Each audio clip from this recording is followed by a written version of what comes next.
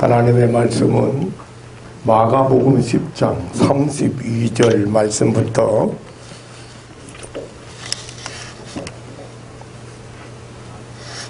교독해드립니다. 예루살렘으로 올라가는 길에 예수께서 제자들 앞에 서서 가시는데 저희가 놀라고 좇는 자들은 두려워하더라. 이에 다시 12제자를 데리시고 자기의 당할 일을 일러 가라사대 보라, 우리가 예루살렘에 올라가노니 인자가 대제사장들과 서기관들에게 넘기움에 저희가 죽이기로 결단하고 이방인들에게 넘겨주겠고 그들은 능욕하며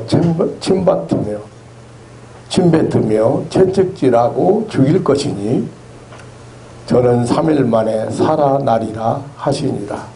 34절까지만 대독해 드렸습니다.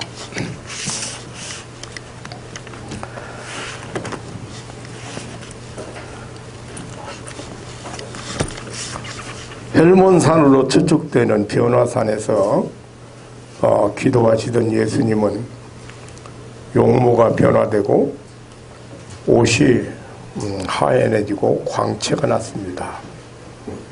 그때 모세와 엘리야가 나타나서 장차 예수께서 예루살렘에서 별세하실 것을 말씀하셨습니다.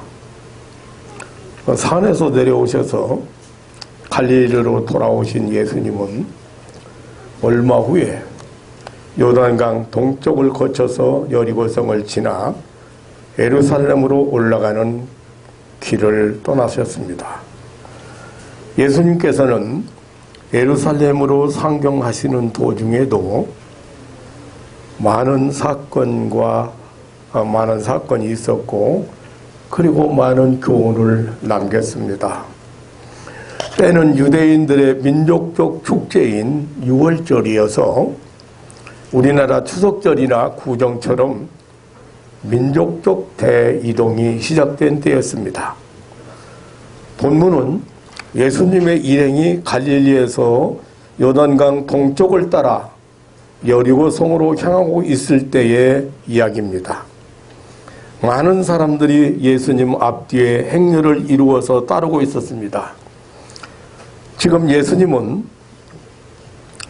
예루살렘 상경이 마지막 길이었습니다.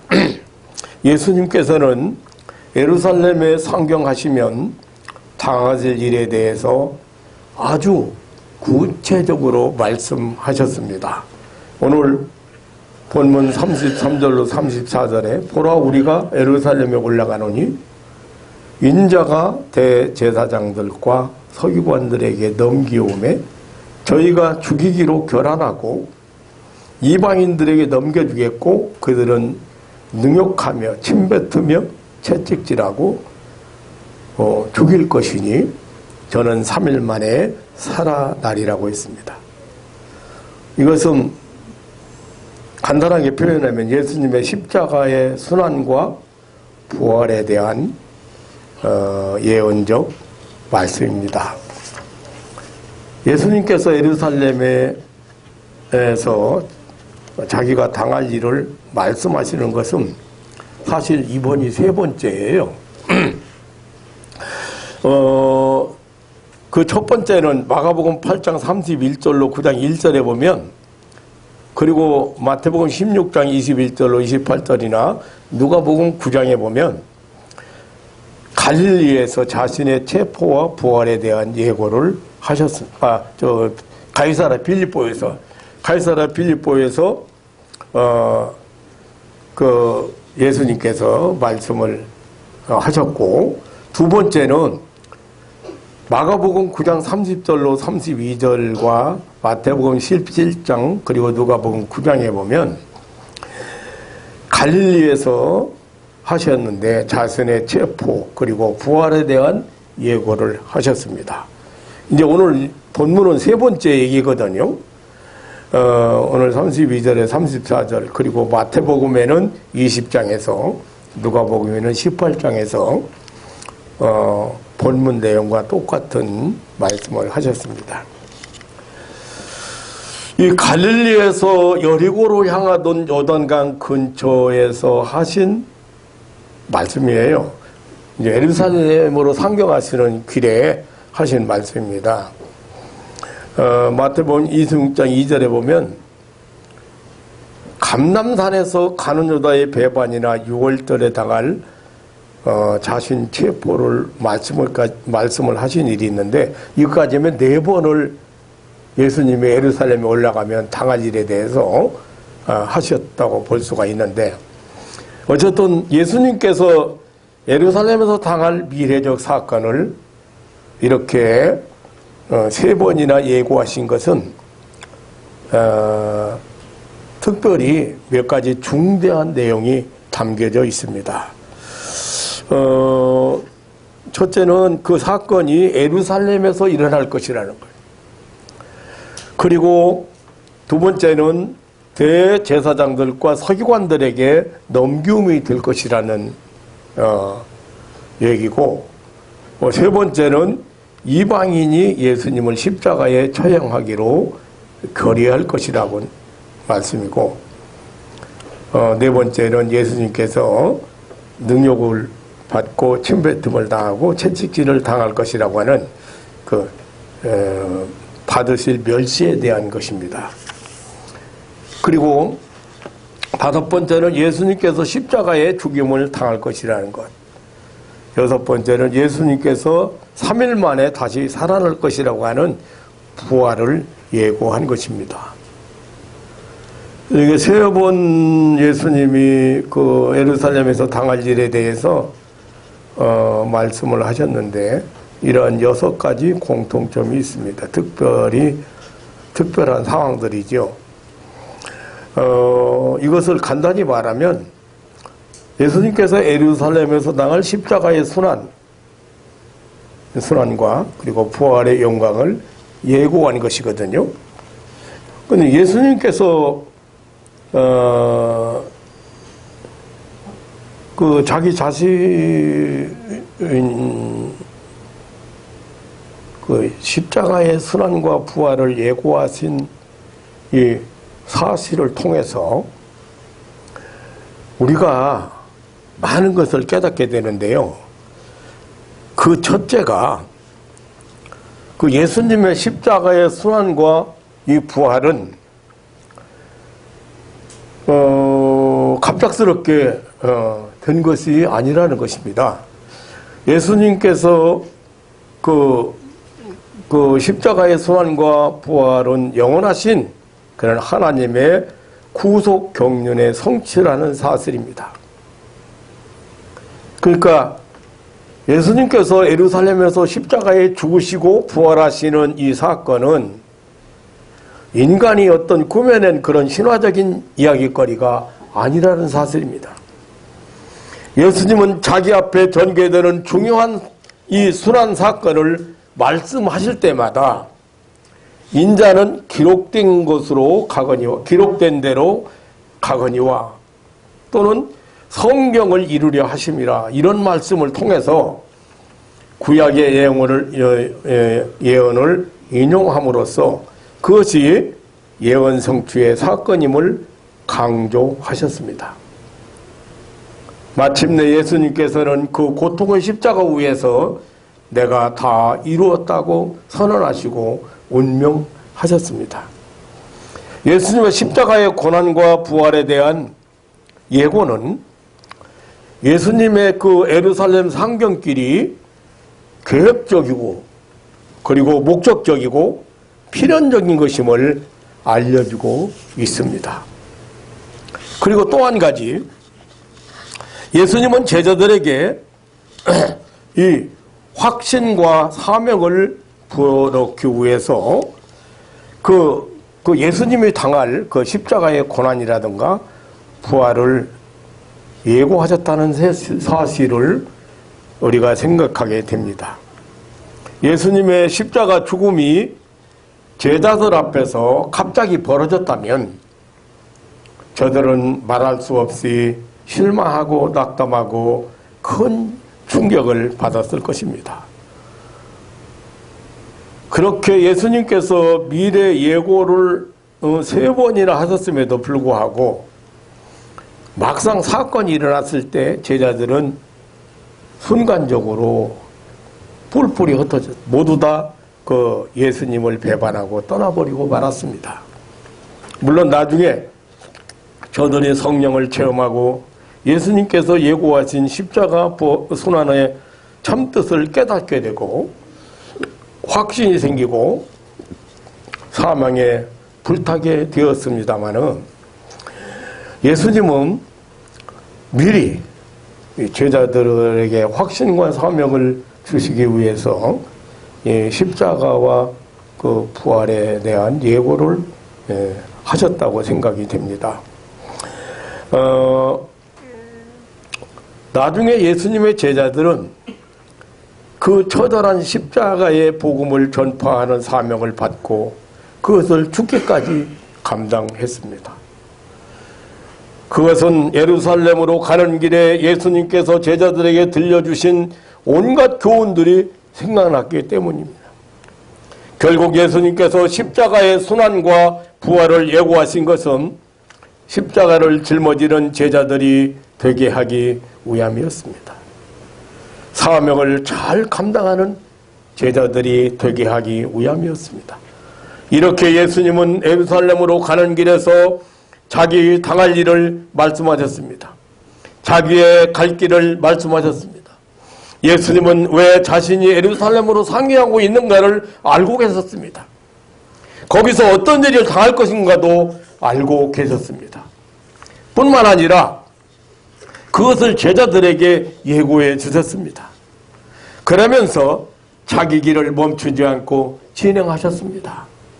누가복음 13장 32절에 보면 오늘과 내일과 모레는 내가 갈 길을 가야 하리니 선지자가 예루살렘 밖에서 죽는 법이 없느니라고 하셨습니다. 예수님은 참으로 예언자이셨습니다. 저는 오늘 본문에서 이 예수님이 예루살렘으로 유월절을 지키기 위해서 예루살렘으로 올라가시던 그 현장을 보면서 이런 생각을 해봤습니다. 예수님이 얼마나 외로우셨을까? 저는 이 본문을 보면서 그리고 설교를 준비하면서 제가 목회를 구할 때 그 감정이 이렇게 좀 올랐어요. 제가 교회를 개척해서 20여 년 가까이 20여 년을 교회를 개척해서 키웠는데 그 성도들을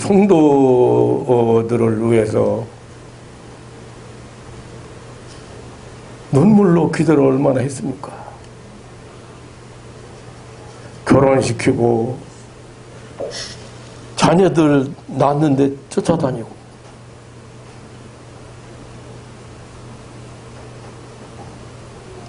그런데 목회를 더 이상 못하겠다고 목회를 더 이상 못하겠다고 저는 이 길을 이제 맞춰야 되겠다고 그렇게 교인들 앞에 선언했을 때 교인들은 아무 감각이 없어요.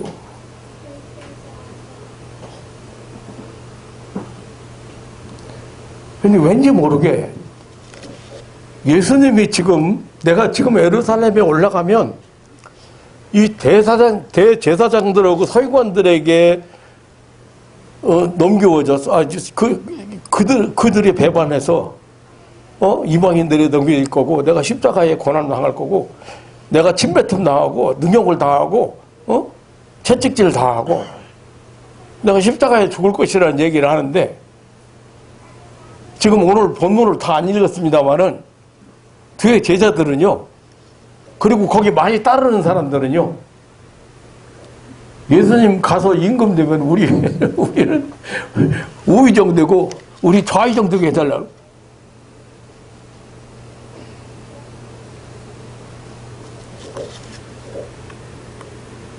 어머니가 포탄에 맞아서 죽었는데 어린아이가 어머니 젖꼭지를 물고 빨고 죽은 어머니가 지금 몰라.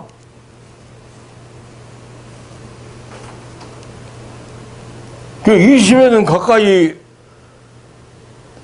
눈물로 교회를 개척하고 눈물로 보냈던 세월을 보내고 집집마다 다니면서 대문 손잡고 하나님 이 집 축복해 주십시오. 그렇게 성장시켜서 결혼시키고 자녀 낳고 그렇게 한 교인들이 목회를 더 이상 지탱을 못해서 목사가 목회를 그만두게 되겠다는데요. 새로 오는 목사님한테 기대만 잔뜩 걸고 물론 뭐 온통 교회가 시험 들어 있기는 했습니다만은 한 사람도 그 외로움이라는 건요.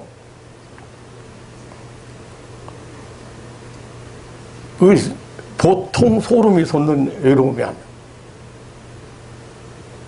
근데 지금 예수님은 예루살렘에 가서 일어날 일들을 다 지금 알고 지금 가시잖아요. 그리고 얘기를 하잖아요. 근데 한 사람도, 동감하는 사람도.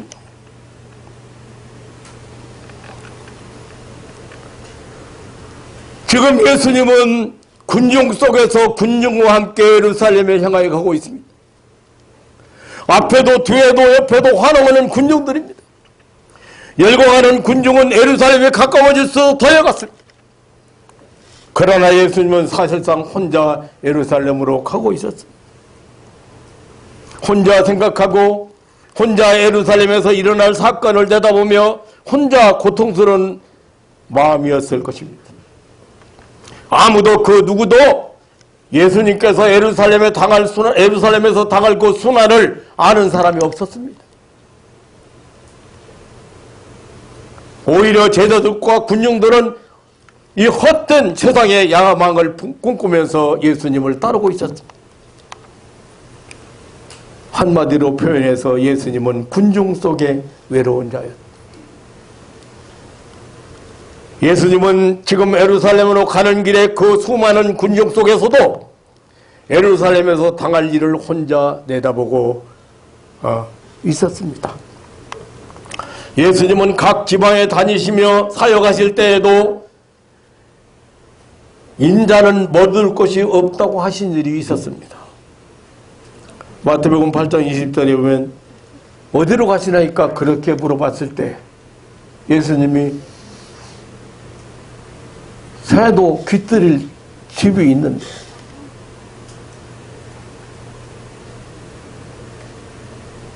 인자는 머리둘 곳이 없다.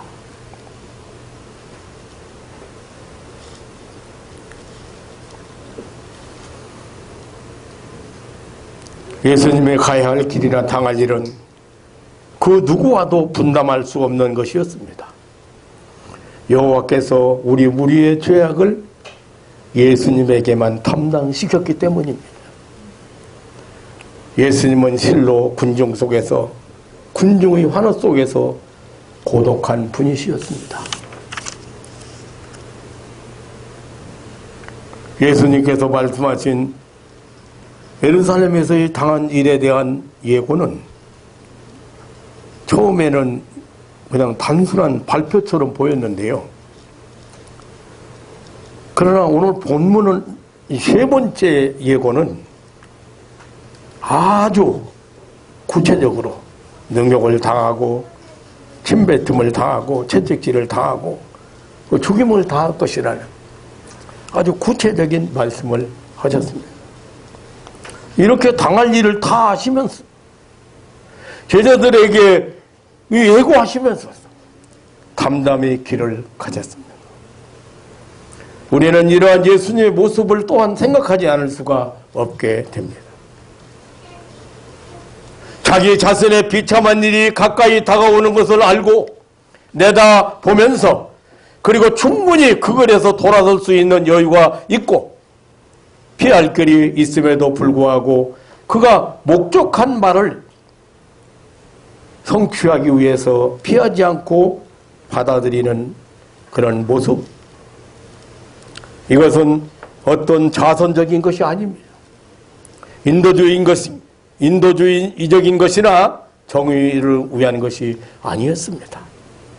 자기 목숨을 많은 사람의 대속물로 주기 위한 생명적인 것이요 희생과 사랑의 그 구원의 길이었습니다. 그리고 예루살렘으로 가는 예수님의 길은 죽음 이후 다시 살아나시는 부활의 새아침을 향하는 길이기도 했습니다. 아무도 그 누구도 이 부활의 영광을 볼 수 없었습니다.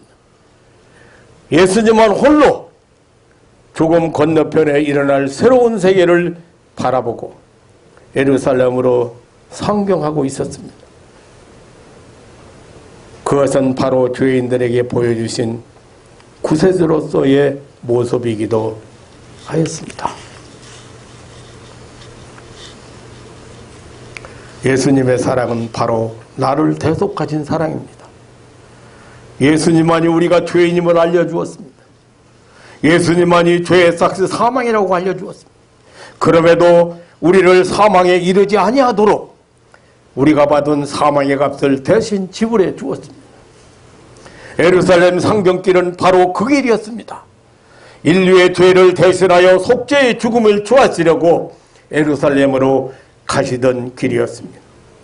그것이 그분만이 죄인들에게 알려준 하나님의 사랑이었습니다. 사랑하는 성도 여러분, 지금 우리는 예수님의 십자가 고난주간을 앞에 두고 이제 일주일 후면 이제 고난주간 보통 우리 한국 교회에서는 다음 주간을 종료주일이라고 해요. 종료주일은 예수님이 예루살렘에 올라가실 때 거기 많은 사람들이 종료까지를 꺾어서 깔고 흔들고 예수님을 호산나 호산나 환호했다고 해서 종료주일이야. 지금 예수님 십자가 고난을 받으러 가는데요. 호산나 호산나 환영하고 인파 환호 속에 그러면 이제 고난주간 보내거든요. 그런데 이런 그 교회적인 그런 행사를 앞에 두고 우리는 예수님께서 예루살렘으로 올라가시던 상경길의 모습을 보았습니다. 그 길에서 제자들에게 예루살렘에서 당한 일을 아주 구체적으로 말씀해 주시던 예수님을 우리는 만나게 됩니다. 예수님이 하신 말씀은 십자가의 죽음의 그 순환이었습니다. 그리고 예루살렘으로 가시던 그분의 모습은 자신이 당할 일을 다 알고 다 미리 알고 말씀하신 예언자의 모습이었습니다. 자신만이 그 길을 알고 그 사건을 알고 홀로 담당하러 가는 아주 외로운 고독자의 모습이기도 했습니다. 죄인을 구원하러 가는 사랑과 희생의 구원자였습니다. 부활의 새아침을 내다보고 가시던 그런 승리자의 모습이기도 했습니다. 우리가 이렇게 예수님의 모습을 있는 그대로 사실 그대로 우리가 바라보아야 될 이유가 있습니다. 그것은 우리도 각자에게 주어진 십자가가 있고 그 사명 다하기 위해서 주님을 본받아야 하기 때문입니다. 이 세상에 존재하는 그 누구도 사명이 없는 사람이 없습니다. 존재 이유가 목적이 있습니다. 그것을 예수님처럼 잘 감당하는 사람이 하나님을 올바로 섬기는 사람. 예루살렘으로 상경하시던 예수님은 자기의 당할 일을 그대로 제자들에게 말씀하셨습니다. 그리고 일말의 주저함 없이 자기가 당할 일을 향하여 예루살렘으로 올라갔습니다. 저주의 십자가, 수욕의 십자가를 지시려고 예루살렘으로 올라가셨습니다. 오늘 예수 그리스도를 구주로 믿고 따르는 우리 성도들도 예수님처럼 자기 몫의 대인 십자가를 짊어지기 위해서 예루살렘, 다시 말하면 천성을 향해서 올라가야 할 것입니다. 예루살렘으로 올라가시던 예수님의 그 마음, 그리고 그 모습, 그 걸음을 우리는 기억해야 합니다. 지금 나는 예수님을 따라 천성을 향해 가고 있는가? 내 몫에 태인 십자가를 짊어지고 천국을 향하여 인생길을 가고 있는가? 우리는 2019년 예수님의 순환주간을 이렇게 맞이하면서 자문해 봤으면 합니다. 이 순환기간을 보내면서 좀 더 이기주의적인 생각에서 벗어지나, 하나님이 내가 세상에 보낸 이유가 무엇일까? 내가 왜 존재해야 되는가? 여러분 상당히 중요한 분들입니다. 이 조그마한 하나도 이 존재했을 때는 그 목적이 있지. 하나님이 여러분 세상에 보냈을 때는 아주 확실한 목적이 있이 보냈습니다. 그래서 그 목적을 달성하기 위해서는 우리가 예수님의 모습을 본받 희생해야 됩니다. 사명 감당하기 위해서 항상 희생을 요구하는, 하나님의 미랄이 되기를 원하는 거예요. 여러분 가정에서 여러분이 없으면 안 된다는 생각을 반드시 해야 돼요. 여러분은 대단히 중요한 위치에 있다는 생각도 반드시 해야 돼요. 그 사명 때문에 내가 존재한다는 사실도 확실하게 가져야 돼요.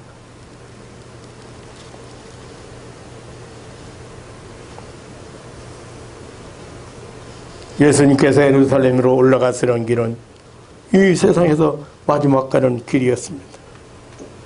그것은 작정된 길이었습니다.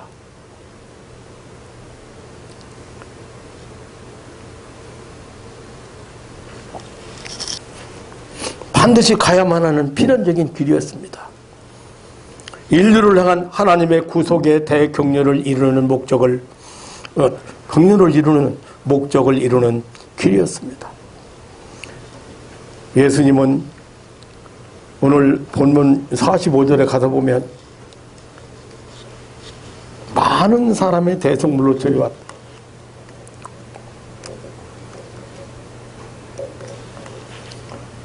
다 같이 한번 보시겠습니다. 시작. 인자에 온 것은 성김을 받으려 하는 아니라 도리어 섬기려 하고 자기 목숨을 많은 사람의 대성물로 주려 하느니라. 예, 지금 마지막 부분에 가서 예수님 예루살렘으로 가는 길에 또 한 가지를 알려주고 있습니다. 이렇게 예수님은 예루살렘으로 가는 길에 섬기러 왔다고, 그리고 자기 목숨을 많은 사람의 대속물로 주려고 지금 예루살렘에 가고 있다고 했어요.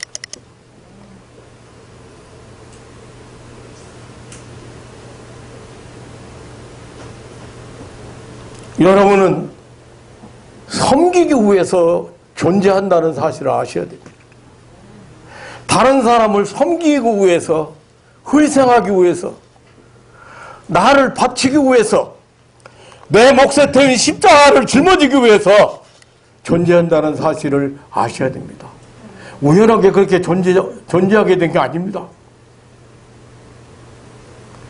그 사명 중요합니다.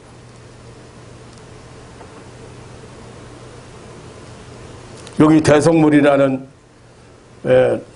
그 헬라어 루트론이라는 말을 보면은 당시에 그 노예를 해방시키기 위해서 주는 속전을 의미합니다. 그러니까 감옥에 갇혀 있는 사람이나 노예를 자유케 하기 위한 그런 석방금, 이게 루트론입니다.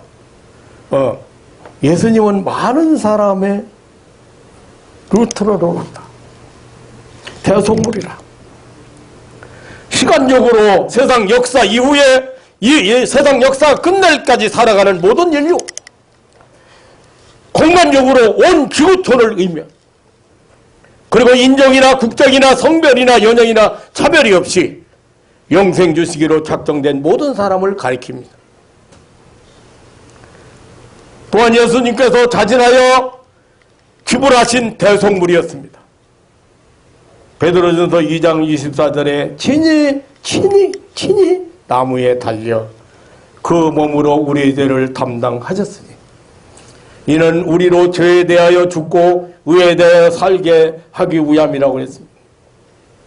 사랑하는 성도 여러분, 예수님은 유월절을 기하여 예루살렘에 올라가셨습니다. 그것이 이 세상에서의 마지막 길이었습니다.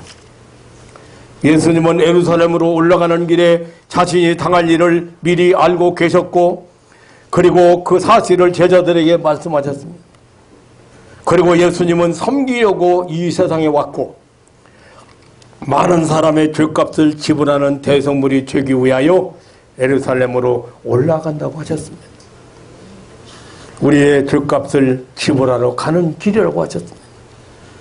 섬기러 오신 그분의 길과 종이 들어오신 그분의 마음과 모습,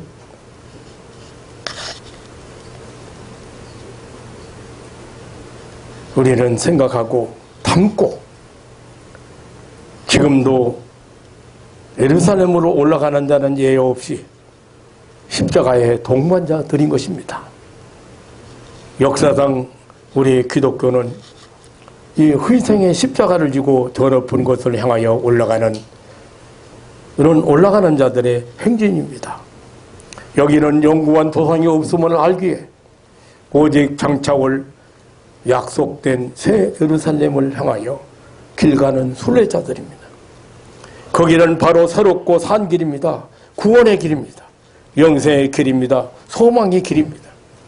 십자가의 참뜻을 모르고 십자가를 짊어지지도 않고 십자가 없이 순환주간의 어떤 행사나 금식기도나 금욕적인 어떤 의식 등을 가진들 무슨 의미가 있겠습니까?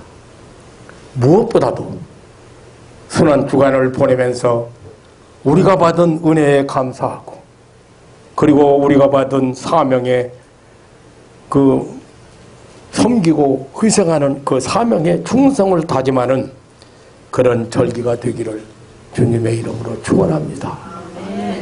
아무리 기독 교회 열심히 다니고 봉사 열심히 많이 하면 뭐,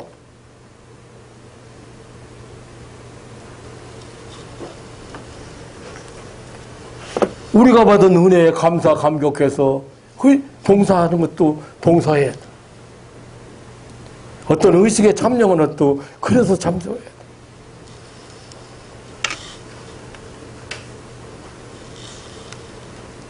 그리고 하나님이 나를 이 세상에 존재케 한 그 목적이나 그 존재 가치를 확실히 알고 그 사명 감당하는 자가 십자가를 바로 짊어지는 자고 십자가를 붙드는 자고, 예수님처럼 예루살렘으로 올라가는, 저 천성을 향해서 올라가는, 새 예루살렘인 천국을 향해서 올라가는 자들의 행진인 것입니다. 살아가는 성도 여러분, 이런 절기를 보내서 특별히 그런 사명의 충성, 이렇게 그런 것들을 다짐하는 그런 절기가 되시기를 주님의 이름으로 축원합니다. 하나님 아버지, 오늘 또 사랑하는 가족들을 기억하시고 신령한 은혜를 베푸시려고 이 땅 위에서 영원한 천국을 소망하면서 살게 하시려고 교회를 세우시고 오늘 주님 앞에 나와서 예배 드릴 수 있는 이 엄청난 복을 주신 것을 진심으로 감사를 드립니다. 하나님 아버지, 이 땅 위에 왔다 가는 사람들이 우연찮게 왔다 가는 것이 아닌데 특별한 사명이 있고 각자의 자기 몫에 태인 십자가가 있는데 그것을 감당하는 것이 얼마나 소중한지를 잘 모르고 살고 있는 사람들이 너무 많은 것 같습니다. 하나님 아버지, 십자가의 참뜻을 알고 십자가를 짊어지고 이렇게 자기 몫에 태인 십자가를 짊어지고 세상을 살아갈 수 있는 사명을 잘 감당하는, 충성을 다하는 그런 하나님의 백성들이 되게 하여 주옵소서. 무엇보다도 수완, 이 순환주간을 보내면서 우리가 받은 은혜에 감사하는, 감격하는 예수님께서 우리를 위해서 그 베푸신 은혜 앞에 감격의 눈물을 쏟을 수 있는 그러한 신앙인들 되게 하여 주옵소서. 우리 아버지 하나님, 이 아침에도 아직까지도 이기주의에서 벗어나지 못한 심령이 있습니다. 자기 중심적으로 자기만을 위해서 이 세상을 살아가는 사람들이 너무도 많이 있습니다.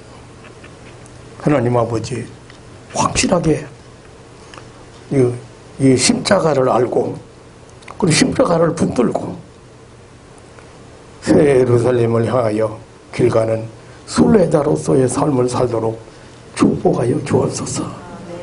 오늘 우리 하나님께서 이 믿음의 식구들 마음속에 얼마나 소중한 존재이고 얼마나 가치 있는 존재이고 그리고 내가 왜 세상에 이렇게 존재해야 되는지를 분명히 아는 그런 복된 시간이, 깨닫는 시간이 되게 하여 주옵소서. 주의 성령께서 주장하시고 역사해 주셔서 그런 희생할 수 있는, 사명을 다할 수 있는 그런 힘도 하나님 충만하게 하여 주옵소서. 감사하오며 우리 구주 예수님의 이름으로 기도하옵나이다. 아멘.